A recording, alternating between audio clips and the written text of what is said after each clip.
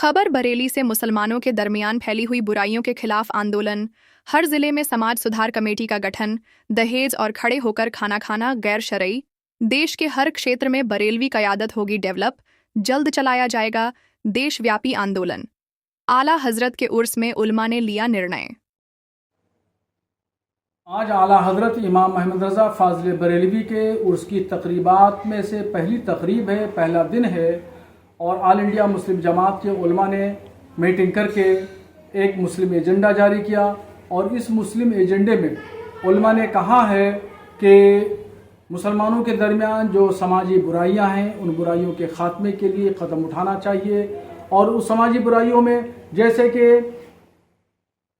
जहेज़ का मुतालबा है, शादी ब्याह में और दीगर तकरीबात में खड़े होकर के खाना खाना, चल फिर करके पानी पीना, चल फिर करके खाना खाना, नाच डांस, डीजे बाजे, गाना, ये तमाम लहव लाइव की तमाम चीज़ें शरीयत के ख़िलाफ़ हैं।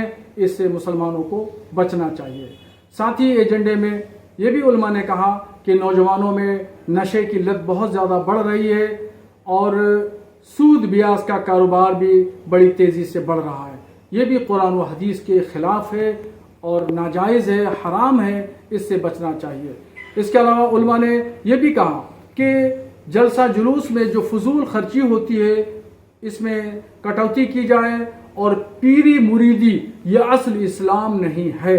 असल इस्लाम अगर है तो वो है तौहीद, रोज़ा, नमाज, हज और ज़कात। इस पर मुसलमानों को अमल करना चाहिए और फजूल खर्ची से बच करके जलसा जुलूस में बेतहाशा जो नजराना और जो फजूल खर्ची सजावट वजावट पे होती, इन तमाम चीज़ों में कटौती करके गरीब मुसलमानों पर खर्चा किया जाए। जैसे गरीब लड़कियां हैं, उनकी शादी ब्याह कराई जाए, जो गरीब बच्चे हैं उनकी तालीम और तरबियत में खर्चा किया जाए।